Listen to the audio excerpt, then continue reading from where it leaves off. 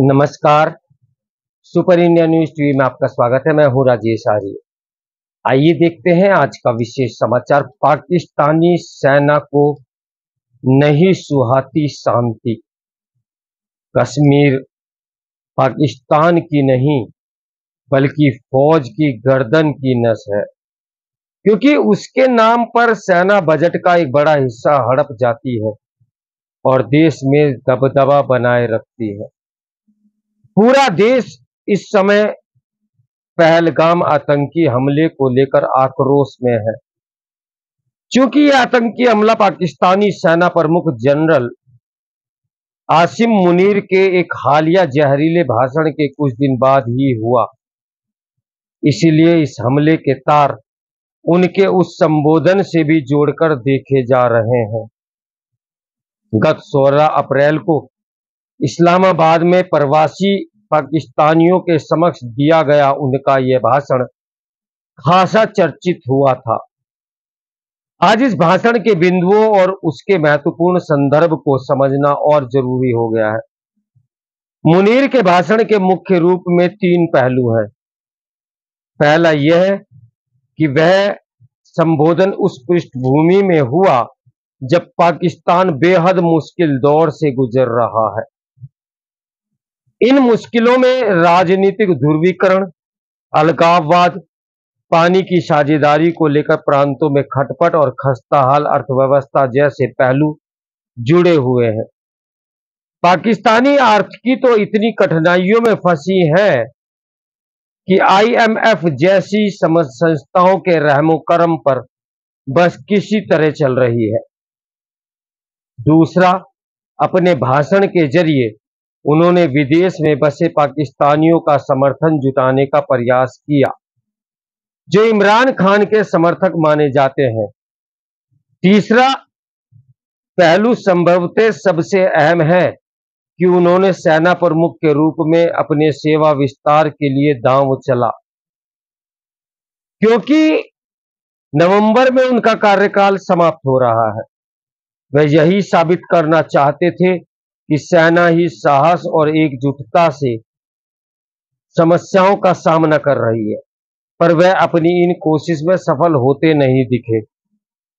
मुनीर के भाषण का सार समझें तो उन्होंने हिंदू मुस्लिम 2 अलग अलग पहचान बताते हुए पाकिस्तान के गठन की आवश्यकता को नए सिरे से रेखांकित किया। बलूचिस्तान में अलगाववाद को लेकर दावा किया कि यह बहुत बड़ी समस्या नहीं और कश्मीर को पाकिस्तान की गर्दन की नस बताकर उसके प्रति संवेदनशीलता जाहिर की। इसमें सबसे विवादित अंश को देखें तो उन्होंने मुसलमानों को हिंदुओं के सर्वदा भिन्न बताते हुए भारत विरोधी विमर्श को नए तेवर दिए। उन्होंने कहा, हमारे पूर्वजों ने यही सोचा है कि जीवन के प्रत्येक पहलू के लिहाज से हम हिंदुओं से बिल्कुल अलग हैं। हमारा मजहब, हमारी मान्यताएं, हमारी परंपराएं और आकांक्षाएं बिल्कुल अलग हैं। इसी कारण द्विराष्ट्रवाद की नींव तैयार की गई। हम 2 अलग देश हैं जो किसी सूरत में एक नहीं। उन्होंने दोहराया कि पाकिस्तान का गठन जिस द्विराष्ट्रवाद की धारणा पर हुआ, वह भावना भावी पीढ़ियों में भी अवश्य भरी जानी चाहिए। मुनीर का यह दावा और द्विराष्ट्रवाद का सिद्धांत तो बांग्लादेश निर्माण के साथ बंगाल की खाड़ी में ही दफन हो गया था। वह आए दिन बलूचिस्तान या खैबर पख्तूनख्वा में अपनी अंतिम सांसें गिन रहा है। इसी तरह पाकिस्तान के लिए पूर्वजों के संघर्ष का उनका आख्यान भी फर्जी है, क्योंकि यह देश असल में अंग्रेजों से उन्हें खैरात में मिला। पाकिस्तान को परेशानी में डाल रहे बलूचिस्तान आंदोलन को भी उन्होंने हल्का फुल्का बताते हुए कहा, क्या आपको लगता है कि 1500 विद्रोही हमसे बलूचिस्तान छीन लेंगे? यहां तक कि आतंकियों की 10 पीढ़ियां भी बलूचिस्तान को पाकिस्तान से अलग नहीं कर सकती। उनके इस दावे की पोल कई तथ्यों से खुल जाती है। वैश्विक आतंकी सूचकांक में पाकिस्तान दूसरे पायदान पर है। जाने माने पाकिस्तानी नेता नेशनल असेंबली में ये उल्लेख कर चुके हैं कि बलूचिस्तान और खैबर पख्तूनख्वा के हिस्से सरकारी नियंत्रण से बाहर हो गए हैं। पिछले महीने ही सैन्य कर्मियों को ले जा रही एक ट्रेन का विद्रोही लड़ाकों ने जिस तरह अपहरण किया, वह सारी कहानी खुद ही कह देता है कि बलूचिस्तान के हालात कैसे हो चले हैं।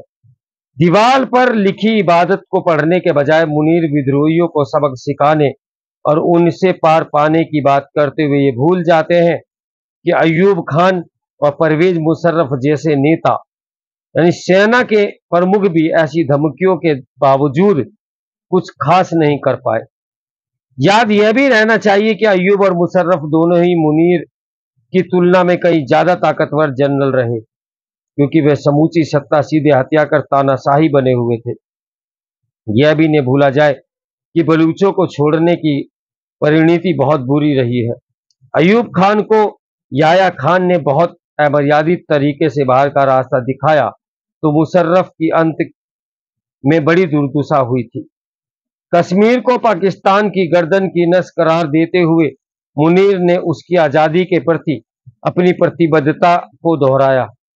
इस पहलू की हकीकत परखें तो कश्मीर पाकिस्तान की नहीं बल्कि फौज की गर्दन की नस है,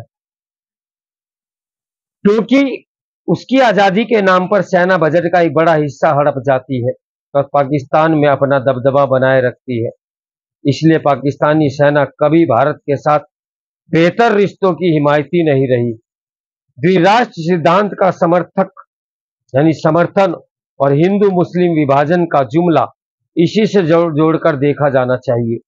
अपने भाषण में इस्लामिक मजहबी किताबों के संदर्भ का हवाला देकर भी मुनीर ने खुद को एक मजबूत नेता के रूप में रखने का प्रयास किया और यह जताया कि असली कमान उनके ही पास है। ये इससे भी जाहिर हुआ कि प्रवासियों की इस सभा को प्रधानमंत्री के बजाय उन्होंने संबोधित किया। भारत में जो लोग पाकिस्तान के साथ वार्ता शुरू करने की हिमायत करते हैं या अमन की आशा की राग अलापते हैं, उनके लिए मुनीर का यह भाषण आंखें खोल देने वाला होना चाहिए। कुछ ही महीनों में सेना प्रमुख के रूप में मुनीर की सेवा विस्तार का भी फैसला हो जाएगा। अपने 16 अप्रैल के भाषण के जरिए उन्होंने एक तरह से इसके लिए औपचारिक रूप से अभियान भी छेड़ दिया है। आने वाले दिनों में यह अभियान और परवान चढ़ेगा। इंटरनेट मीडिया पर उनका कार्यकाल बढ़ाए जाने के आह्वान को से लेकर उन्हें पाकिस्तान का रहनुमा बताने वाले उनके समर्थक भी कई शहरों में पोस्टर भी यदि नजर आए तो हैरानी नहीं होनी चाहिए। भारत के साथ बढ़ती तनातनी में वह अपना यह दावा और मजबूती से आगे बढ़ाएंगे। तो देखते हैं ऊंट की करवट बैठता है वही खोखले दावे। तो मेरे साथ बने रहे सुपर इंडियन न्यूज टीवी की ब्रेकिंग न्यूज के लिए। नमस्कार, मैं हूं राजेश आर्य।